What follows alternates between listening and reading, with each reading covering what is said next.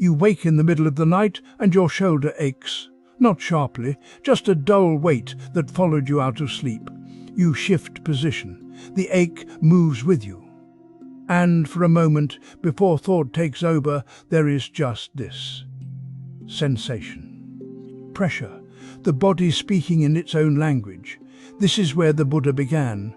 Not with cosmic philosophy, not with rules about right and wrong, with this, the simple fact that something hurts.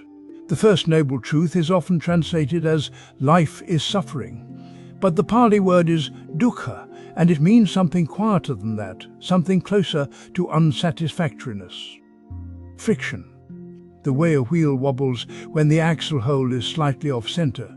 You can still roll forward, but there is always this subtle grinding. This sense that something does not quite fit. The shoulder ache is dukkha, but so is the moment when you reach for your phone and the battery is dead. The conversation that goes slightly wrong and you cannot tell why. The coffee that tasted perfect yesterday and today tastes thin. These are not tragedies. They are just the texture of experience, the way things are. We spend enormous energy pretending this is not true.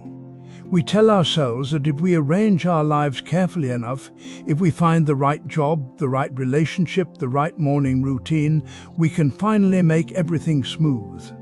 We can eliminate the wobble. And when it does not work, when the friction returns, we think we have failed. We think something is wrong with us. The Buddha is saying something different. He is saying the wobble is not a design flaw, it is the design. Think of water trying to stay still in a glass on a moving train. No matter how carefully you hold it, the surface trembles. The train is always moving. Vibration is constant. The water cannot be otherwise. This is not the water's fault. This is not something the water needs to fix about itself. This is the condition of being water on a train. You are the water. Experience is the train. Dukkha includes pain, yes, the sharp kind, illness, loss, grief, the things we cannot argue with. But it also includes something subtler. The way pleasant experiences do not last. The way even joy has a shadow because you know it will end. You bite into ripe fruit, and it is perfect, and already you are tasting its disappearance. This is not pessimism. This is accuracy. The Buddha was not a sad man describing a sad world. He was a clear-eyed man describing what he saw. And what he saw was that we suffer not only because pain exists, but because we are constantly at war with the way things are. We want the pleasant to stay. We want the unpleasant to leave. We want the neutral to become interesting. And none of these wants are wrong. They are natural, but they are also the source of a second layer of suffering. The suffering we add to the suffering that is already here. Your shoulder aches. That is the first layer. Then your mind says this should not be happening. I slept wrong. I am getting old. I need a new mattress. I need to see someone about this. And now you are not just feeling the ache, you are feeling your resistance to the ache. You are feeling the story about the ache. You are feeling the future you are trying to prevent and the past you are trying to explain. The simple sensation has become a problem that needs solving. The water in the glass trembles, and you try to hold the glass more carefully, and your hand tenses, and now the water trembles more. Understanding the first noble truth does not mean resigning yourself to misery. It means seeing clearly what is actually happening. It means noticing the difference between the ache and the war with the ache, between the trembling water and the hand that grips too tight. Right now, as you listen, there is breath moving in your body. There is the surface you are resting on. There is sound. Maybe the hum of a fan or the distant pass of a car. These sensations are changing, arising, passing. None of them stay. And if you pay attention without trying to fix anything, you might notice something unexpected. The changefulness itself is not the problem. The problem is wanting it to stop changing. We're going to sit with this, not to become hopeless, not to give up, but to see what happens when we stop pretending the wobble can be eliminated, when we let the water tremble, when we meet dukkha without adding the second layer of resistance. Because the Buddha did not stop at naming suffering. He kept going.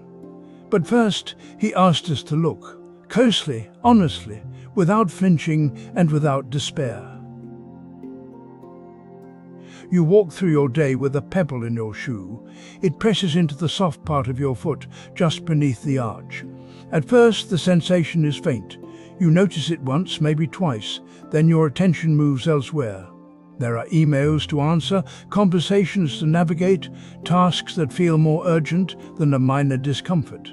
So you keep walking. The body speaks quietly before it shouts, a tightness in the jaw, a shallow breath held too long, the way your shoulders climb toward your ears without permission. These sensations arrive as whispers, and we have learned to turn away from whispers. We have been taught that productivity matters more than presence, that forward motion matters more than feeling. The Buddha observed something simple about human experience. Pain is inevitable, but the way we meet it shapes everything that follows. He was not speaking only of dramatic suffering, the kind that stops us in our tracks. He was speaking of the ordinary friction of being alive. The small discomforts we carry without acknowledgement, the sensations we override because we believe we must. When you ignore the pebble, it does not disappear. The pressure continues. Your gait shifts slightly to avoid the sharpest point of contact. This shift creates tension in your ankle. The ankle's compensation travels upward into the knee. The knee pulls on the hip tilts the spine. By the end of the day, your lower back aches and you cannot remember why. This is how suffering compounds, not through one large event, but through a series of small ignorances. The body sends a signal. We override it. The signal grows louder. We override it again. Eventually, the whisper becomes a shout, and we wonder why we feel so much pain. Awareness does not remove the pebble. It does not make the sensation vanish or promise that discomfort will dissolve into bliss. Awareness simply turns toward what is already here. It notices the pressure without immediately reaching for a solution. It feels the sharpness without the story that the sharpness should not exist. There is a difference between pain and the suffering we build around pain. Pain is the sensation itself, the raw data of nerves firing. Suffering is what we add, the resistance, the narrative, the belief that this feeling is wrong and must be eliminated immediately. When you pause and feel the pebble pressing into your foot, you meet pain. When you clench against it, tell yourself you should have noticed sooner, or push through with gritted teeth, you create suffering. 3 times today you can pause. Not for long, not in a special posture or a quiet room, just pause where you are. Let your attention drop into your body. Notice one sensation without trying to change it. Perhaps it is the weight of your body in the chair. Perhaps it is the temperature of your hands. Perhaps it is tension in your throat or softness in your belly. Stay with that sensation for 3 breaths. Feel its texture. Notice if it shifts or stays the same. Do not fix it. Do not improve it. Simply know that it is there. This is not a small thing. To feel one sensation clearly is to interrupt the pattern of override. It is to stop walking on the pebble long enough to acknowledge its presence. And in that acknowledgement, something shifts. Not always dramatically, not always immediately. But the body registers that it has been heard. The first noble truth is often translated as life is suffering, but the word the Buddha used was dukkha. Dukkha means unsatisfactoriness. It means the friction between what is and what we wish were true. It means the pebble we pretend is not there. The teaching is not that life is only pain. The teaching is that we create layers of suffering by refusing to meet our experience directly. When you feel one sensation without needing to fix it, you are practicing the ground of all other practice. You are learning to be with what is. This is not resignation. It is not passive acceptance of harm. It is the clarity that comes from stopping long enough to feel what you are actually feeling. From that clarity, wise action becomes possible. You might remove the pebble.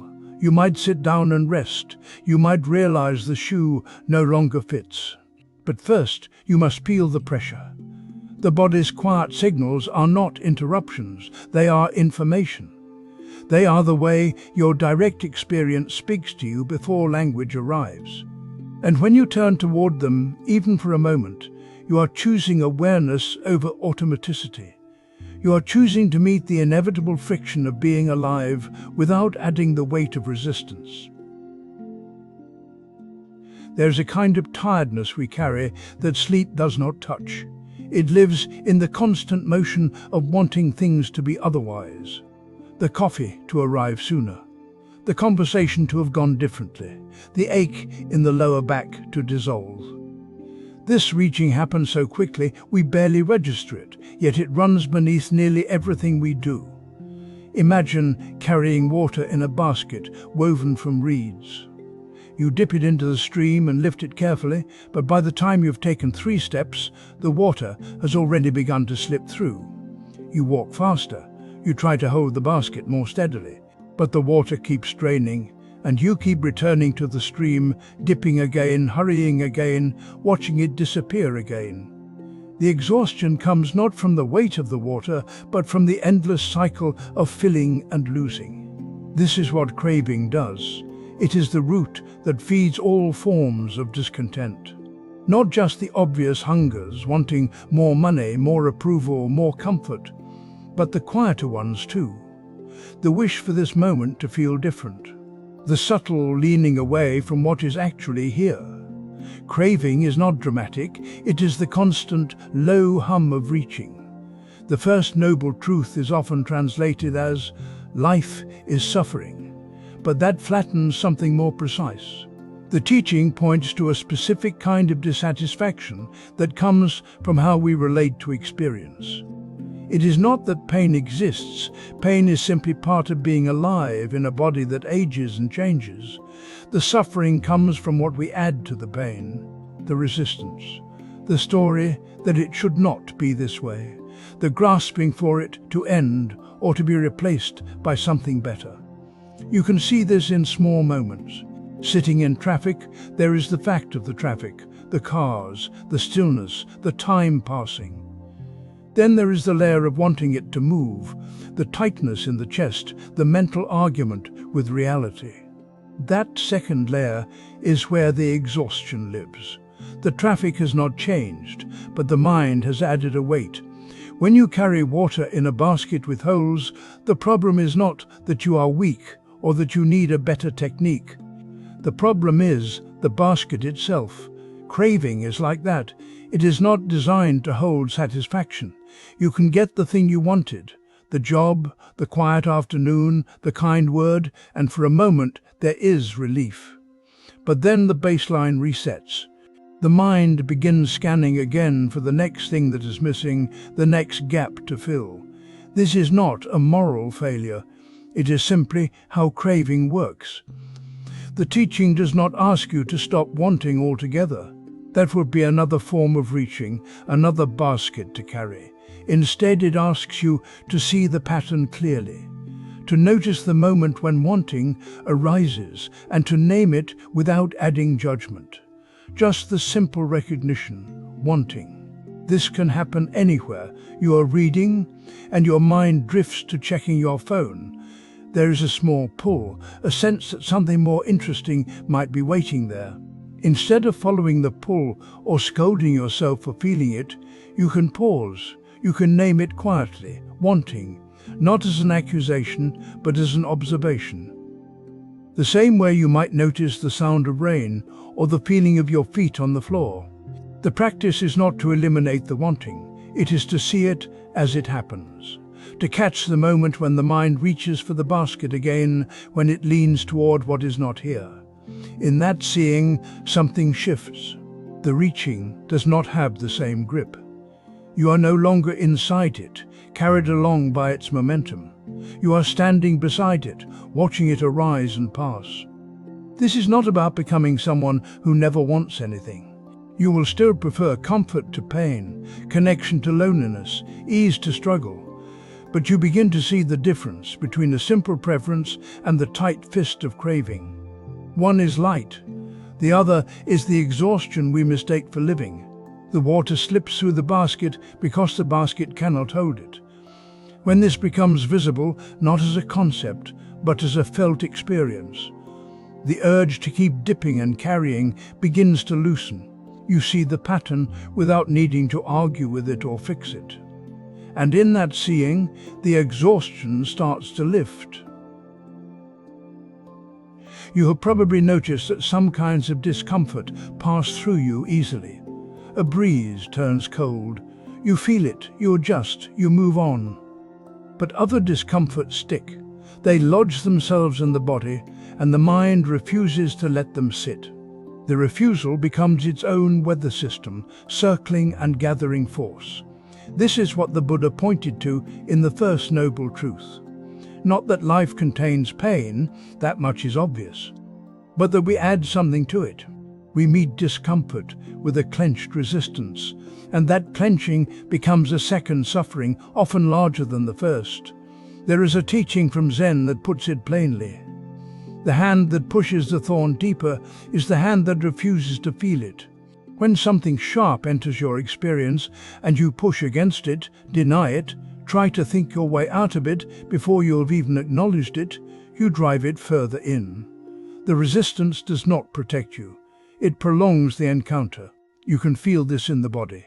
A tightness arrives in the chest. Instead of breathing with it, you brace against it. The shoulders lift. The jaw sets. You tell yourself it should not be there. And now the tightness has company. Now there is tightness, and the fight against tightness, and the fight takes up more room than the original sensation ever did. It is like trying to hold a beach ball underwater. You have seen this, or you have done it. The ball wants to rise. You push it down with both hands. It takes effort. Your arms tire. The ball shifts, and you have to adjust, push harder, lean your weight into it. All of this so the ball will not surface. But the ball is not the problem. The problem is the pushing. When aversion takes hold, this is what happens inside you. A feeling arises that you do not want. Sadness, maybe. Restlessness. A low hum of dread that has no clear object. The mind sees it and says, no, not this. I will not have this. And so you push. You distract yourself. You argue with the feeling. You try to analyze it into submission. But the feeling remains. And now you are tired from the effort of holding it down. The first noble truth asks you to see this clearly. It is not about becoming a pessimist. It is not about resigning yourself to misery. It is about noticing that much of what you call suffering is not the original pain. It is the layer you add when you refuse to let pain be what it is. This does not mean you must like discomfort. It does not mean you welcome harm or fail to protect yourself. It means that when something uncomfortable arises, you do not immediately go to war with it. You let it surface. You let the beach ball rise, and you see that it floats there, harmless, just a ball on the water. The effort was never necessary, so the practice is simple. When something uncomfortable arises, tension in the body, irritation in the mind, a mood that feels wrong, breathe with it for 3 breaths before you react.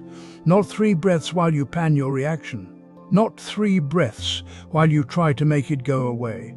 3 breaths in which you do nothing but feel the thing that is here. On the first breath, notice where it lives in the body. Is it in the throat, the belly, the hands? Just notice. On the second breath, soften around it. You do not have to like it. You are only letting it take up the space it already occupies. On the third breath, see if you can meet it without adding commentary, without the story of why it should not be here or what it means about you. This is not a technique to make discomfort vanish. Sometimes it does ease, sometimes it does not. What changes is the fight. When you stop pushing the beach ball underwater, your arms can rest, the ball floats, the water is still. And you see that the discomfort itself was never as large as the struggle against it. You will forget this. You will meet a difficult feeling and immediately clench around it. That is fine. The practice is not about perfection. It is about noticing, again and again, the difference between pain and the fight against pain. One is a visitor. The other is a choice you make without realizing it. When you breathe with discomfort for just 3 breaths, you are not fixing anything. You are letting the hand open. You are letting the thorn be felt so it can be seen. And in that moment of not pushing, something shifts, not always in the feeling itself, but in the space around it, in the possibility that you do not have to go to war with your own experience. There is a difference between the ache in your chest and the story you tell about why it is there. This difference is easy to miss. The mind moves so quickly from sensation to interpretation that the two seem like one thing. But they are not one thing. When pain arises, the mind does what it has always done.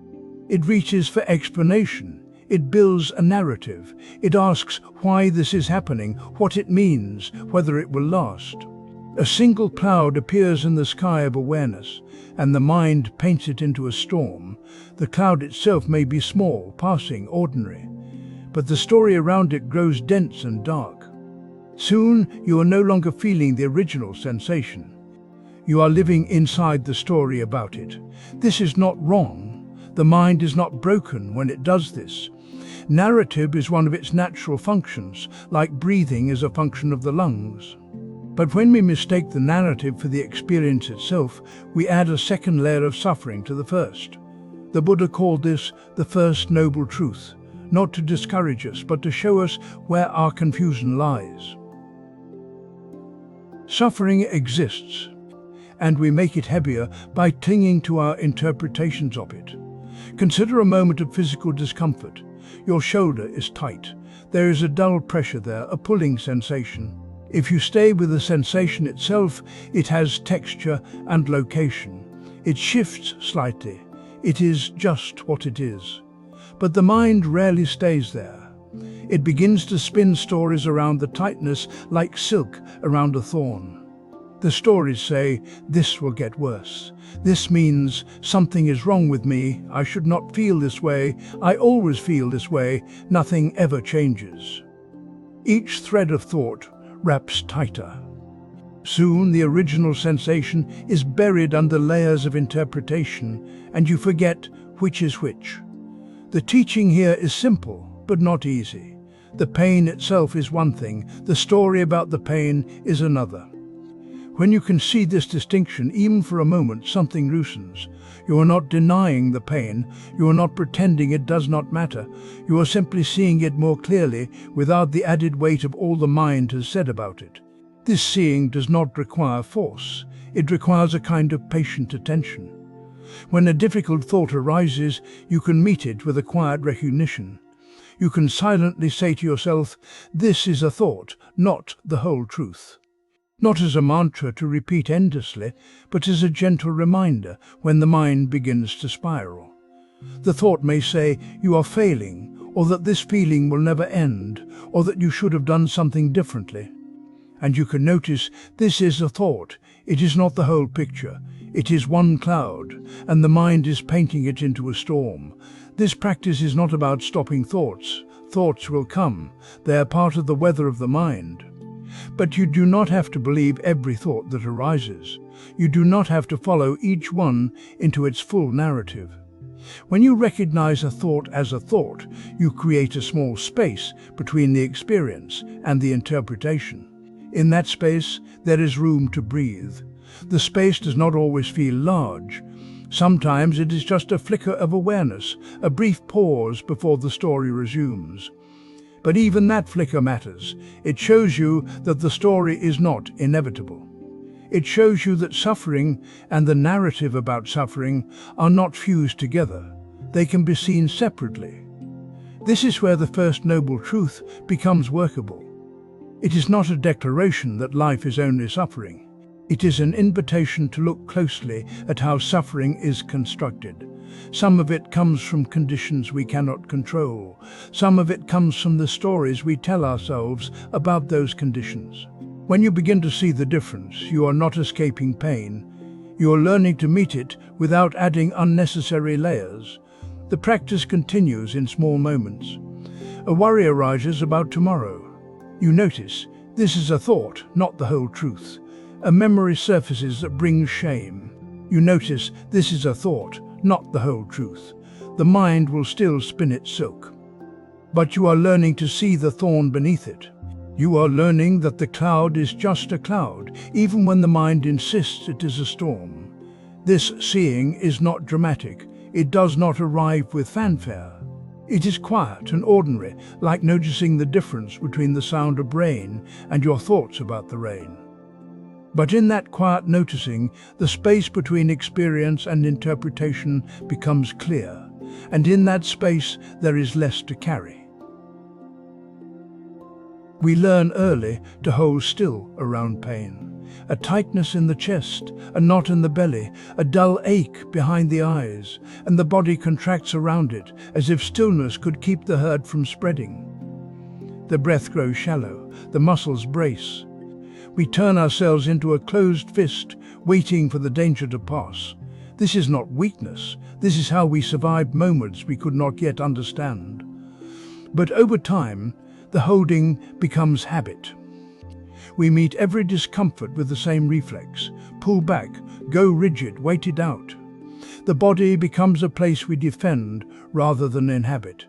Pain is no longer just sensation, it becomes the enemy at the gate. The Buddha spoke of suffering not as punishment, but as a fact woven into existence. Birth, aging, illness, separation. These are not failures of living, they are conditions of it. But he also saw something else. He saw that our response to pain often hurts more than the pain itself. We add a second layer. We clench against what is already here. We turn one wave into a storm. A wave that doesn't fight the shore simply arrives, touches the sand, and recedes. It does not argue with the rocks. It does not try to become still water before its time.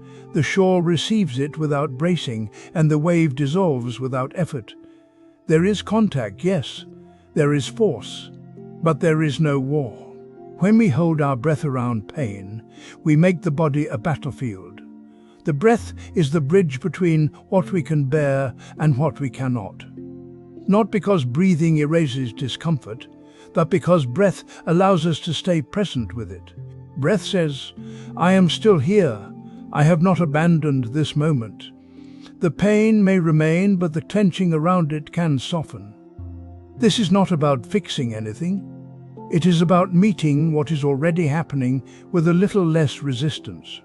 You do not need to like the pain. You do not need to welcome it or reframe it into something noble. You only need to stop holding your breath against it. Right now, you can find this in your own body. There is likely one place that feels tight or sore or vaguely wrong. Maybe it is your shoulders, maybe your jaw, maybe a dull pressure in your lower back. You do not need to search for the worst pain. Just find one area that has your attention. Place your awareness there, but do not try to release it. Do not massage it with your mind. Do not send it love or light or any other instruction. Simply let your breath move toward it. Breathe in and imagine the breath traveling to that place. Breathe out and let the breath leave from there. 5 slow breaths, nothing more. You may notice the urge to fix it, to make it soften or disappear. That urge is the same reflex that turns pain into struggle. Let the urge be there, but do not obey it. The practice is not to change the sensation. The practice is to let breath and sensation exist in the same space without one trying to defeat the other. On the first breath, you might feel the tension more clearly. This is not wrong. You are simply noticing what was already present. On the second breath, the mind may wander or resist. Let it return. On the third, you may feel a slight shift, or you may not. Both are fine. The breath is not a tool for improvement, it is a way of staying. By the fourth breath, something quieter may emerge.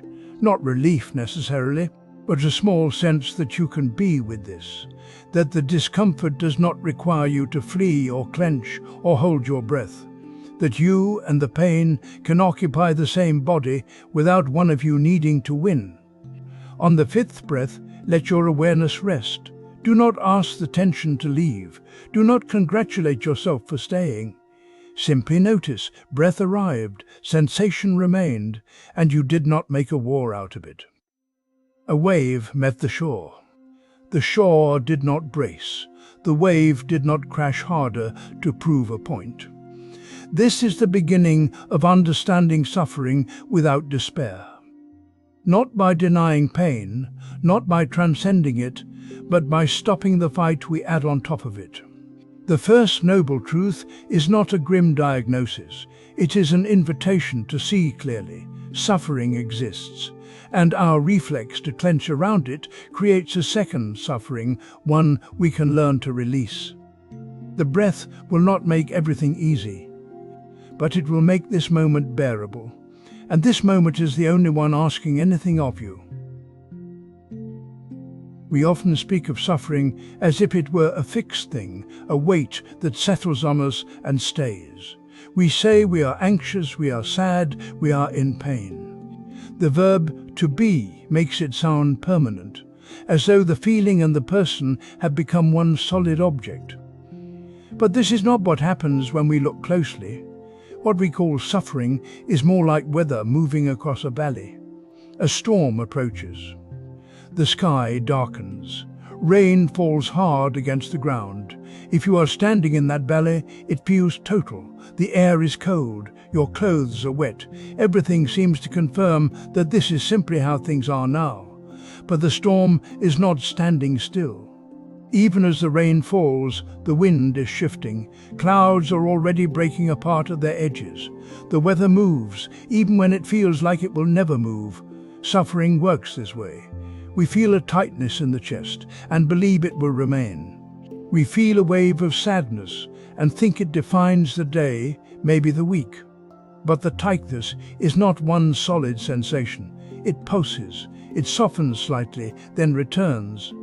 The sadness has texture. It is sharper in one moment, duller in the next. We miss this because we are looking at the idea of the feeling, not the feeling itself. The first noble truth is not that life is only suffering. It is that clinging to what changes brings suffering. And everything changes, even pain, even grief. Even the sensations we are most certain will crush us. They move like weather across a valley, and we stand in the valley believing the sky will never clear. This is not an argument for ignoring pain or pretending it does not matter.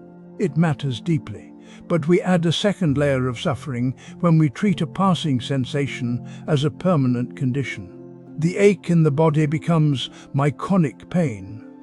The anxious thought becomes my anxiety disorder. The moment of sadness becomes, I am a depressed person. We freeze the weather mid-storm and forget that it was already moving. You can test this, not as a thought experiment, but as direct observation. The next time you feel something uncomfortable, a tight shoulder, a flutter of worry, a dull heaviness in the chest, stay with it for 2 minutes. Do not try to fix it. Do not push it away. Just watch. Notice where it is in the body. Notice if it has a temperature, a texture, a shape. Notice if it stays exactly the same or if something shifts. Most of the time, something shifts. The tightness might move slightly to the left. The flutter might pause, then return with a different rhythm. The heaviness might feel dense for 30 seconds, then seem to thin at the edges. These are not dramatic changes. You will not suddenly feel bliss. But you will see that the sensation is not one solid block. It is weather, and weather moves. This is not about making pain go away faster. It is about seeing it clearly. When we see that suffering is not a fixed thing, we stop adding the weight of permanence to it. We stop saying, "This will never end." We stop building a story about who we are based on what we feel right now. The pain is still there, but we are not clinging to it as proof of something unchanging. Even in the middle of the storm, the valley is still the valley. The rain does not become the ground. The clouds do not become the sky, they move through. When we watch one uncomfortable sensation and see it shift, even slightly, we are learning this at the level of the body, not as philosophy, as fact. The teaching is simple. All formations are impermanent. Even suffering does not stay the same. But we have to see it ourselves. We have to sit in the valley and watch the weather move. Otherwise it remains an idea, something we agree with but do not live by. You do not need to believe this. You only need to look. 2 minutes, one sensation. Watch for any shift, however small. The tightness that loosens for a moment, the heat that cools slightly, the sharp edge that softens. These are not signs that you are getting better. They are signs that you are seeing clearly. And clear seeing is the beginning of freedom. Not because it removes the pain, but because it shows you that pain is not what you thought it was. It is not solid. It is not you. It is weather moving across the valley. There is a moment between one wave of pain and the next. We rarely notice it. The suffering arrives, and before it has even finished moving through us, we are already bracing for what comes next. We fill that space with commentary, with predictions, with the story of how unbearable this is. We treat pain as if it were continuous, a single unbroken line stretching forward without end. But it is not continuous. Between one note and the next, in a piece of music, there is silence. That silence is not absence. It gives the music its shape, its rhythm, its breathing room.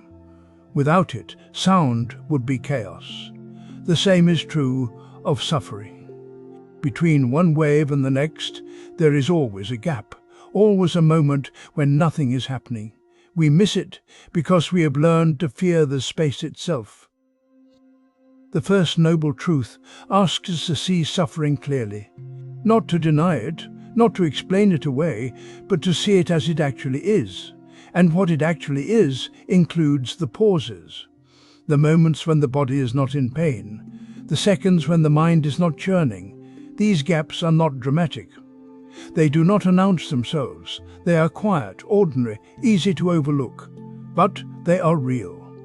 We fill them because stillness feels dangerous. If we stop talking to ourselves, stop planning, stop rehearsing our complaints, we worry that the pain will become unbearable, as if our constant mental activity was somehow holding the suffering at bay. But the opposite is true. The noise we generate turns isolated waves into what feels like a flood. We carry yesterday's pain into today. We pull tomorrow's worry into this moment. We take one difficulty and multiply it across time. Between one note and the next, the musician does nothing. The silence is not effort. It is not control. It is simply what happens when the hand lifts from the string, when the breath pauses before the next phrase. That gap is not empty.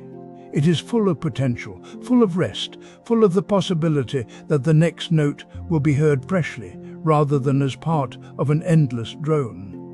You can begin to notice these gaps without doing anything special.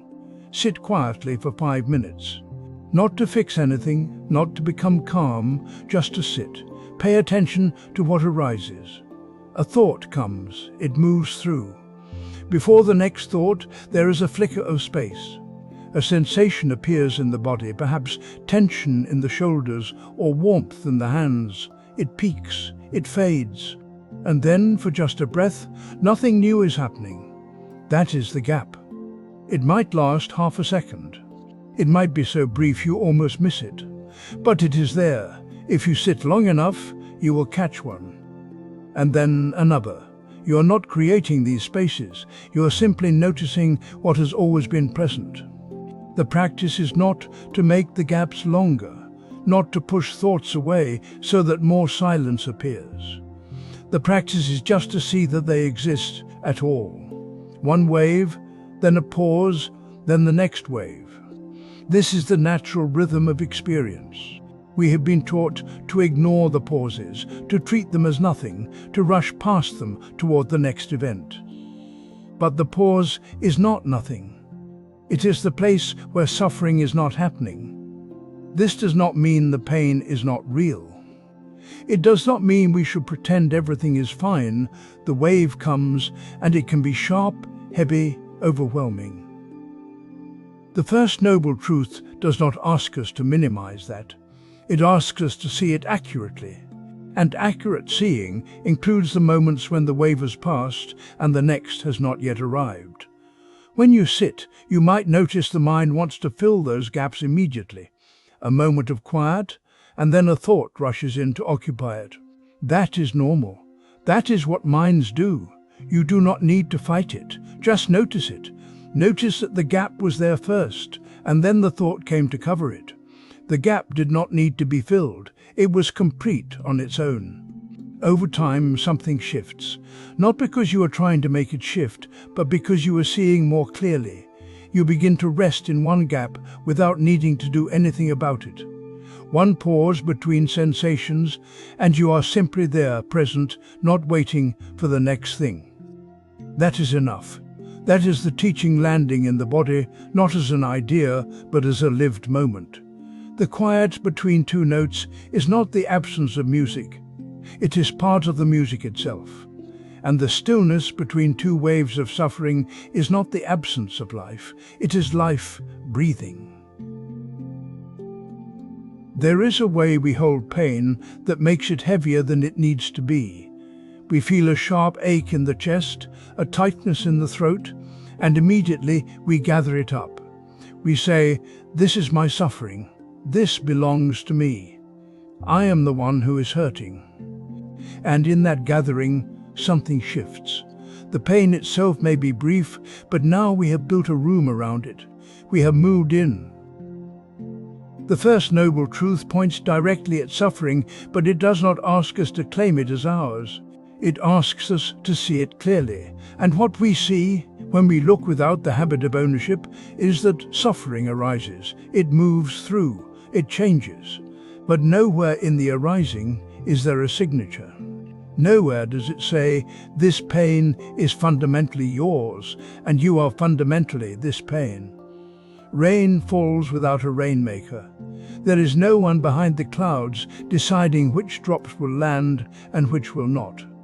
The water gathers, the conditions align, and rain happens. We do not look up at the sky and ask who is responsible for each drop. We simply see rain falling. Suffering is like this. It arises from conditions. Thoughts meet sensations. Memories meet present moments. Expectations meet what is actually here.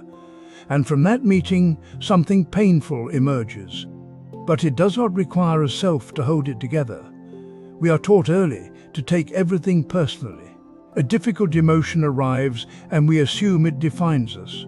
We say, "I am anxious, I am broken, I am someone who suffers this way." The language itself fuses the experience with identity. And once that fusion happens, the suffering is no longer just an event. It becomes a fact about who we are.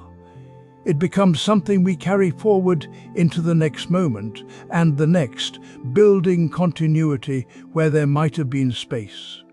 The teaching here is simple, though not easy. Suffering arises, but no one owns it. It is a process, not a possession. This does not mean the pain is not real. It does not mean we should dismiss or bypass what we feel. It means we can meet the pain without making it solid, without making ourselves solid around it. When pain arises, there is a choice point we rarely notice. It happens in the instant between the sensation and the story. The body tightens. The mind reaches for explanation. And in that reaching, we decide, this is happening to me. I am the center of this experience. I am the one it is happening to. But we can pause there. We can ask gently, is this happening to me, or is this simply happening? The question is not meant to be answered with the thinking mind. It is not a riddle to solve. It is an invitation to look, to feel into the experience without the overlay of self. When you bring attention to the pain itself, what do you actually find? There is sensation. There is tightness, heat, pressure, ache. There is the movement of breath around it. There is thought commenting on it. But where is the solid self that owns all of this? Where is the unchanging center that holds the suffering together? Rain falls without a rainmaker, and when you stop looking for the one who is suffering, the suffering does not disappear, but it loses its grip. It becomes lighter, more fluid. You begin to see it as weather moving through, rather than a permanent condition of who you are. This is not about denying pain, it is about seeing it accurately. When we believe we are our suffering, we cannot let it move. We hold it in place because releasing it feels like losing ourselves. But when we see suffering as a process, as something that arises and passes according to conditions, we do not have to clench around it. We can let it be what it is, difficult, real, and not ours. The practice is quiet. It does not require force. When pain arises, you simply bring awareness to the assumption of ownership. You notice the thought, "This is mine." And you ask softly, without demand, "Is that true? Is this really happening to me, or is this simply happening?" You let the question rest in the body. You feel the sensations without the story. You watch the thoughts without climbing inside them. And in that watching, something begins to loosen.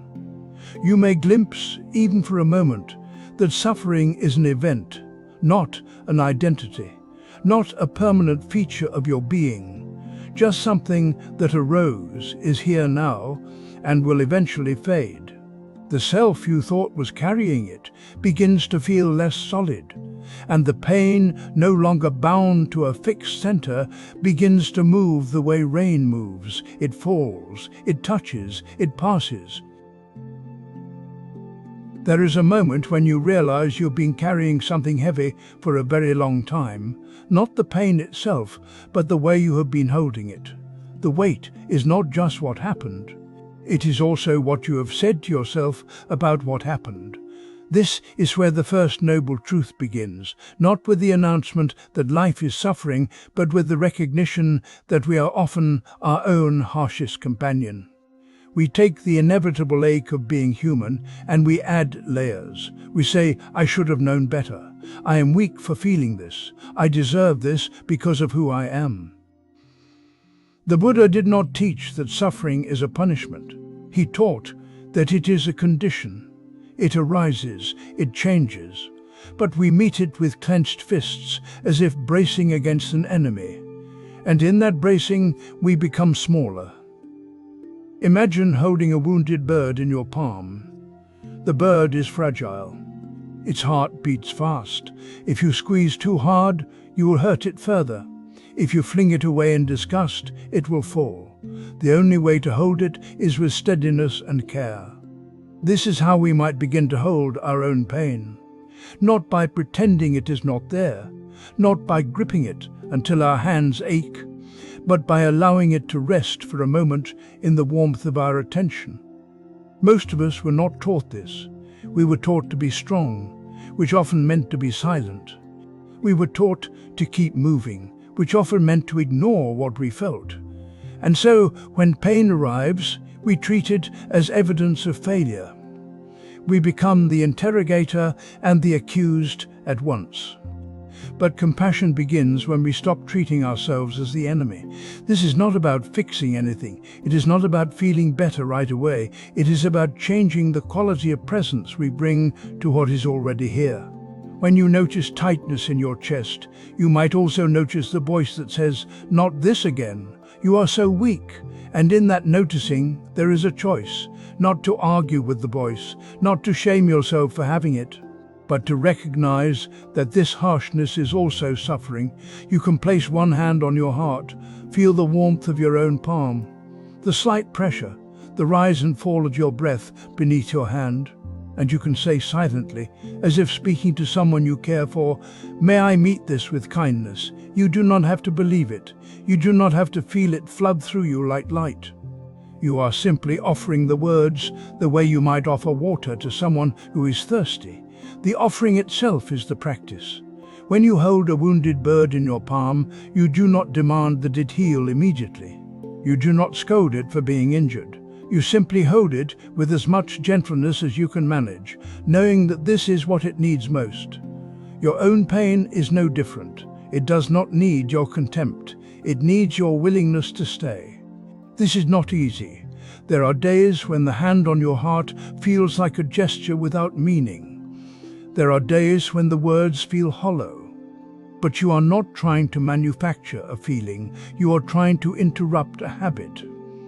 The habit of meeting pain with more pain. Each time you place your hand on your heart and say those words, you are practicing a different way. You are saying, "I do not have to be my own enemy. I do not have to add cruelty to what is already difficult." The first noble truth is often mistranslated as life is suffering. But the word dukkha is closer to unsatisfactoriness, to the way things do not quite fit, the way they slip through our fingers. It is the ache of impermanence, the friction of wanting life to be other than it is. And yes, it includes pain. But it also includes our response to pain. When you meet pain with harshness, you double it. When you meet it with kindness, you do not erase it, but you stop feeding it with your own hand. So you return to the practice. One hand on your heart, the warmth, the slight weight, the breath. May I meet this with kindness, not as a cure, not as a promise, but as a gesture of basic decency toward yourself. And in that gesture, something shifts. Not always, not completely, but enough to sense that self-compassion is not a luxury or a weakness. It is a possibility, even now. Even here. When pain arrives, we often believe we must do something about it immediately. We reach for relief or explanation. We want to fix what hurts. This reaching is natural, but it also tightens the experience. What we rarely notice is that something in us already knows the pain is there. Something is aware of it before we start to react. The ocean floor remains still, even when storms move across the surface. Waves rise and crash. The water churns. But far below, in the deeper water, there is a quality of steadiness that does not depend on what is happening above. This is not because the ocean floor is separate from the ocean. It is part of the same body of water. It simply rests at a different depth. Suffering feels overwhelming when we lose touch with what remains steady. We become the wave and forget the floor. The discomfort fills our attention so completely that we cannot sense anything else. We think we are only the pain, only the frustration, only the tightness in the chest, or the ache in the mind. But this is not the whole picture. Awareness itself does not suffer, it simply knows what arises. When your hand touches something hot, awareness registers the sensation. When sadness moves through you, awareness recognizes it. The awareness is not sad, it is not burned. It holds the experience without being changed by it. This is not a philosophical idea. It is something you can sense directly if you turn your attention toward it. Most of us have never been taught to notice awareness itself. We learn to notice what we are aware of, the thought, the feeling, the sensation. But we do not learn to rest in the knowing. So when something difficult appears, we collapse into it. We forget that we are also the space in which it appears. You can test this right now. Notice that you are reading these words. Notice that you know you are reading. That knowing is awareness. It is quiet. It does not argue with the content of what you are reading. It simply registers that reading is happening. This same awareness is present when you feel pain. It registers the pain without becoming it. This is not about dismissing what hurts. The pain is real. The sadness is real. But the awareness that holds them is also real, and it has a different quality. It is spacious. It does not clench. When you touch this awareness, even briefly, the suffering does not disappear, but it no longer fills every corner of your experience.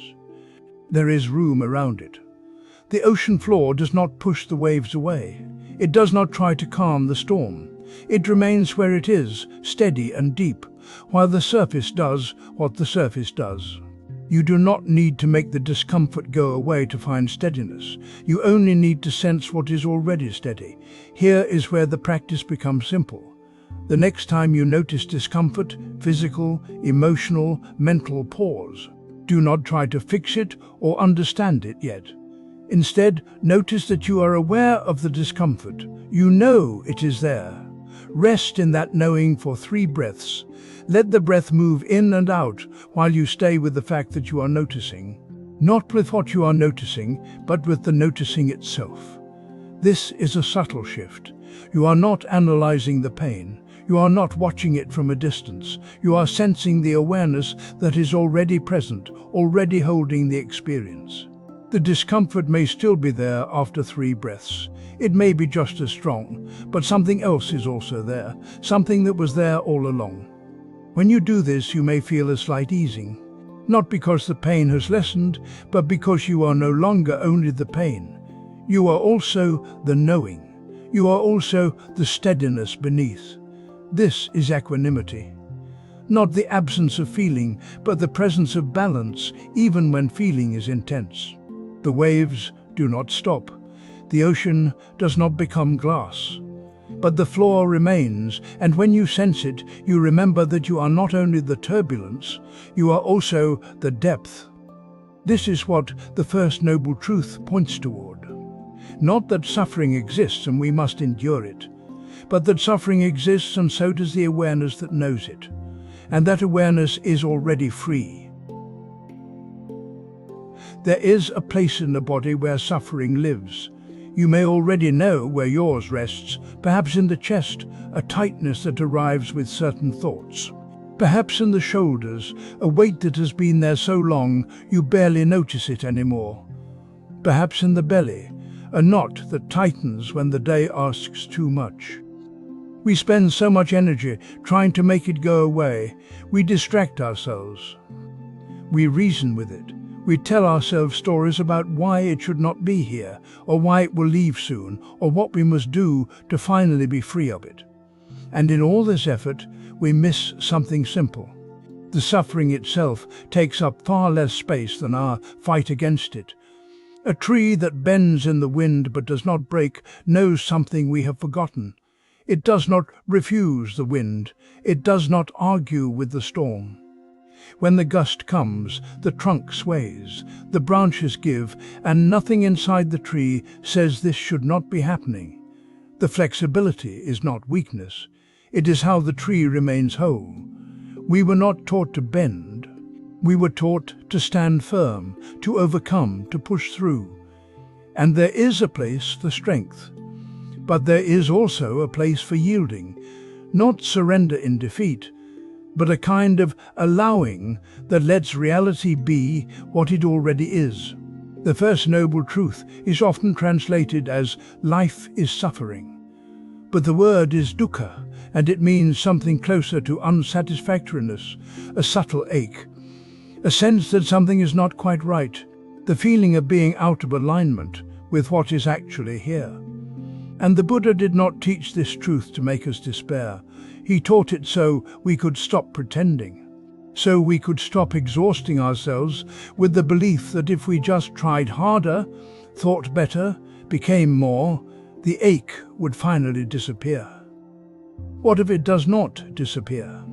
What if it is simply here, like weather, like seasons, like the fact of having a body that feels and a mind that notices? The path is not to escape suffering, but to stop running from it. This is not an invitation to wallow or to make suffering into an identity. It is an invitation to stop adding the second layer. The first layer is the ache itself. The second layer is everything we do to avoid feeling it. And the second layer is often where we suffer most. You can test this. Right now, if you are willing, bring to mind one small difficulty. Not the largest grief you carry, not the deepest fear, just one thing that has been quietly bothering you. Maybe a tension in a relationship, maybe a worry about tomorrow, maybe just the fatigue of the day. Notice where it lives in the body. You do not need to name it perfectly, just sense it. Is there tightness, heaviness, a pulling away? Now notice what the mind does. Does it immediately start solving? Does it tell you this should not be here? Does it reach for a distraction, a reason, a way out? What if, just for a moment, you let it be exactly as it is? Not forever. Not as a permanent condition. Just now. Let the sensation stay. Let the thought stay.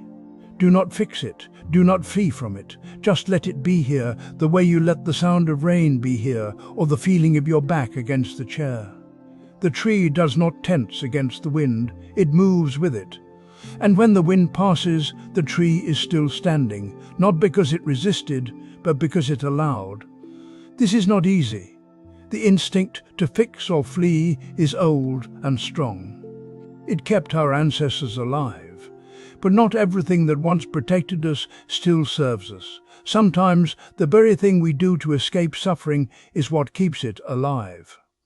When you sit with one difficulty and simply let it be here without fixing or fleeing, something shifts. Not always in the first moment, not always in a way you can name. But the difficulty begins to lose its solidity.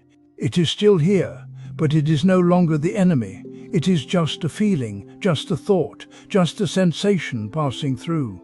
You may notice that it changes on its own. Tightness softens, thoughts slow. The body remembers how to breathe. You did not make this happen. You simply stopped interfering. This is the practice. Not once, but again and again.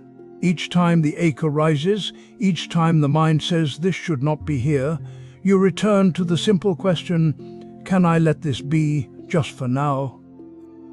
The tree bends because it knows the wind will pass. And it does. Everything that arises also fades. But we do not need to wait for it to fade, to stop suffering. We stop suffering the moment we stop fighting what is already here. Rest here. Let what is be what it is, even briefly, even just for this breath. There is a door we spend years pushing against. We lean into it with our shoulder, our full weight, convinced that force will open it. But the door does not move. It remains closed, and we grow tired, and sometimes we sit down in front of it and wonder if we will ever find a way through. This is what happens when we meet suffering with refusal. We push against the fact of pain, hoping our resistance will make it disappear. The first noble truth asks something different. It asks us to stop pushing. Not because the door will magically open on its own, but because this particular door only responds to a different kind of touch. It opens when we turn toward what we have been avoiding. When we acknowledge that, yes, this hurts. Yes, this is difficult. Yes, I am afraid. We resist this turning because we believe that naming suffering will make it permanent. If I admit that I am lonely, won't I be lonely forever? If I acknowledge this grief, won't it swallow me whole? If I say aloud that I feel lost, won't I lose my way entirely? So we keep our eyes averted. We stay busy. We tell ourselves it is not so bad. We compare our pain to others and decide we have no right to feel what we feel. But suffering does not disappear when we refuse to look at it. It remains like a weight we carry without ever setting down. It colors everything. It shapes our choices in ways we do not notice. We avoid certain conversations. We hold our breath in certain rooms. We make ourselves small or loud or invisible, all to keep from touching the thing we fear will break us. The teaching says, only by turning toward suffering do we find the way through it. Not by analyzing it endlessly, not by making it our identity, but by meeting it directly with a kind of quiet honesty. This is what is here right now, this ache, this fear, this disappointment. Not as a failure, not as a problem to be solved immediately, but as something real that deserves to be seen. When we stop pushing against the door, something shifts. We notice that the door is not locked. It was never locked. It simply required a different approach. The first noble truth is not a trap. It is not a declaration that life is only suffering and nothing more.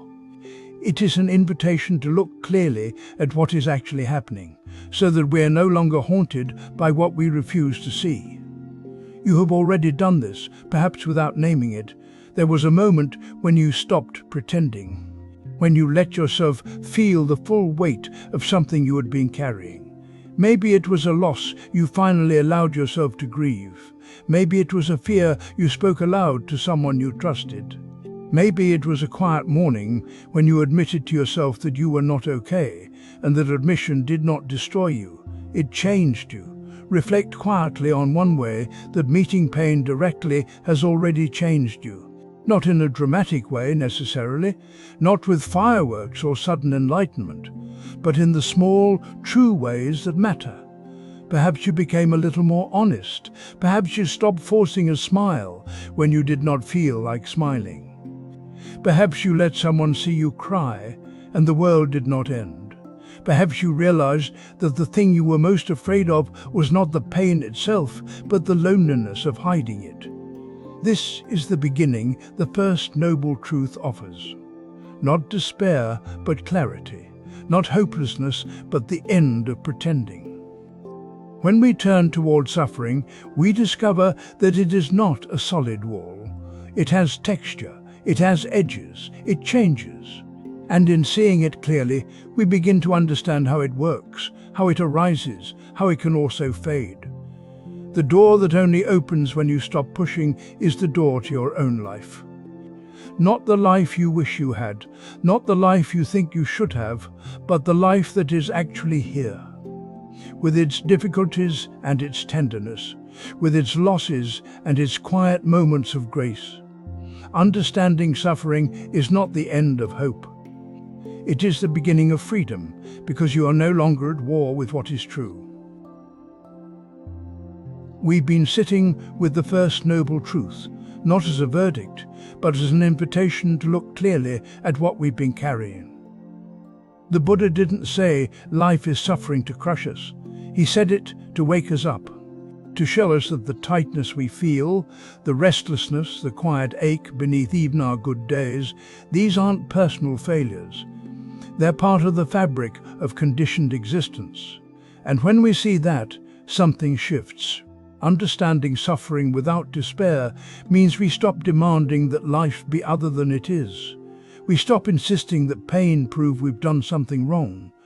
We begin to see that clinging itself is the friction, not the events, not the losses, not even the difficult people or the hard seasons. The suffering comes from how tightly we grip what cannot be held, how hard we push away what will not leave, how desperately we try to freeze what is already changing. This isn't about becoming passive, it's about becoming awake. When you see clearly that suffering arises from clinging, you also see that you have a choice. Not a choice about what happens to you, but a choice about how you meet it. You can feel sadness without collapsing into it. You can feel fear without letting it write the whole story. You can notice craving without obeying it. The first noble truth doesn't trap you. It frees you by showing you where the trap actually is. There's a quietness that comes with this understanding. Not the quietness of giving up, but the quietness of no longer fighting the wrong battle. You stop arguing with impermanence. You stop resenting your own humanness. You start to see that the heart can hold difficulty without breaking, that awareness itself is spacious enough for whatever arises. And in that space, something like kindness begins to grow. Not the kindness that demands you be better, but the kindness that sees clearly and does not turn away. The Buddha taught that this truth is to be understood, not believed, not performed, understood. And understanding comes slowly, in layers. You might see it clearly one morning and forget it by noon. You might touch it in meditation and lose it in traffic. That's not failure. That's the path. Each time you return to looking clearly, each time you notice the clinging without judgment, you're deepening the understanding. You're training the mind to see what's actually happening instead of what you wish were happening. And here's what becomes possible. When you're no longer at war with the first noble truth, you can actually respond to your life. You can feel grief and still show up. You can notice anger without becoming it. You can sit with uncertainty without needing to solve it immediately.